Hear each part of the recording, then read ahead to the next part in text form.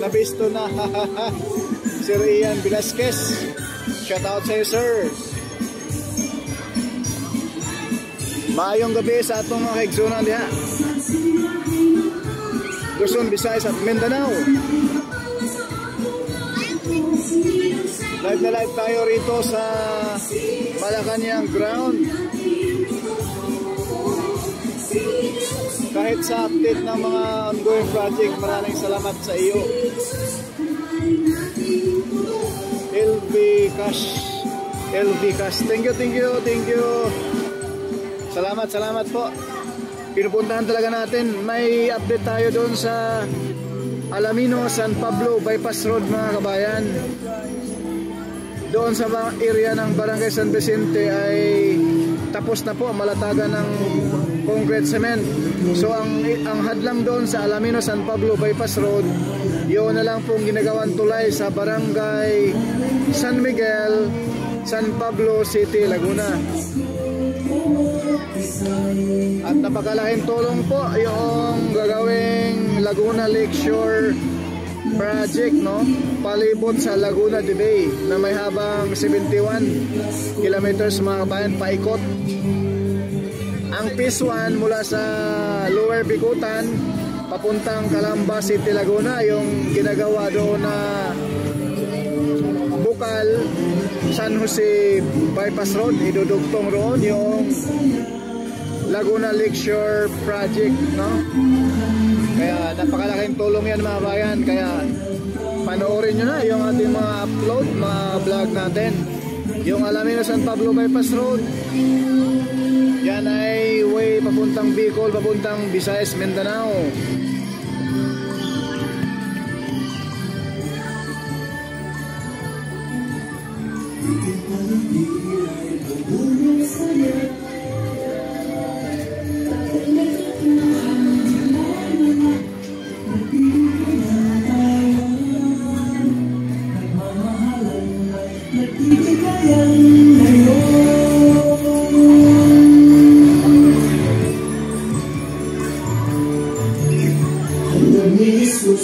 Hello, Tay. Taga saan tayo, Tay? Taga saan po tayo? Taga Cebu? Taga Cebu po sila. Asa ka Cebu, Tay? Talisay. Talisay? Oo. Taga Talisay, Cebu, Maris Tatay, mga bayan, no? Atong mga kisunan diya sa Talisay, Cebu. Diya sa Tangke, Talisay, mayong gabi diya kaninang tanan. Yes. Salamat. First time ni mo naka-ari dress Kuantay, dress Malacanang? Karon pa? Dito sa loob, first time pa talaga. First time pa. Dito ka na nakatira sa Manila o sa Cebu? Sa Cebu ako nakatira. Anong pasel lang ngayon rito? Hindi, may kinukuha akong visa doon sa embassy. Visa for abroad? For abroad. Okay. Kaya nga, pinagsamantalahan ko na naman dito. Na pumasok? Oo, pumasok dito. Tayo, ano masabi mo sa Pangulong Marcos? Ay, maganda ang ano niya. Talagang nasiyahan din ako. Dahil ito ay binuksan sa publiko. Oo nga. First time ba itong mayari na ngayon lang itong Pangulo na binuksan ang Malacanang sa publiko? Ngayon na sa nakapunta ng makapasok ng Malacanang. Nung una, nagtataksi ako. Dito? Oo, ngayon, yung taga-media. Doon daw sa Cebu, akala niya magulo ang Malacanang. Opo. Hindi akalain na maganda para sa Malacanang. Pasok ka sa Malacanang, dyan maganda doon. Ang tahimik. Opo. Kasi doon sa Cebu, akala niya, nilulusog ka ng mga tao Malacanang. Nilulusog ka ng Malacanang, sabi sila. Doon sa malapit sa pier.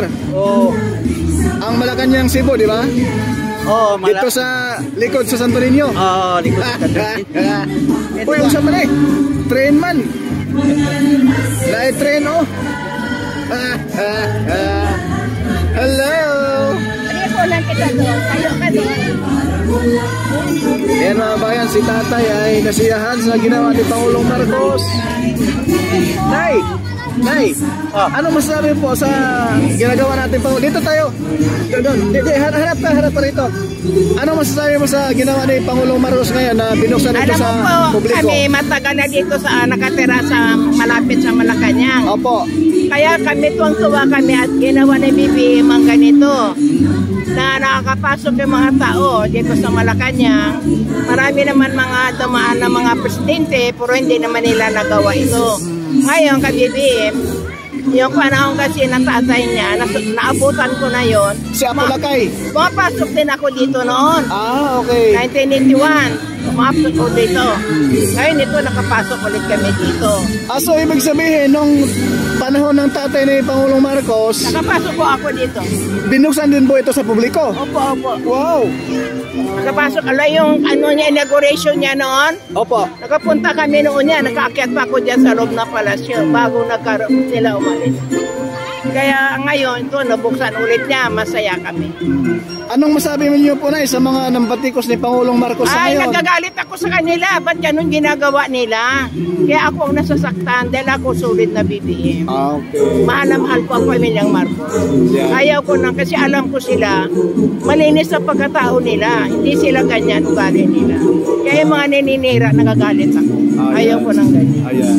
Dapat magkaisa na yun, no? Opo, talaga, kailangan. Para Wala naman kasalanan yung mga Marcos. Huwag naman nila ganin. Pati posibleng mayroong nanira sa Marcos. mayroon po. Kasi politika. Hindi yes, pwede. tama. Pangit. Opo. Pangit talaga. Yan. Salamat, mami. Thank you po sa paunlak. Ayan po, kabayan.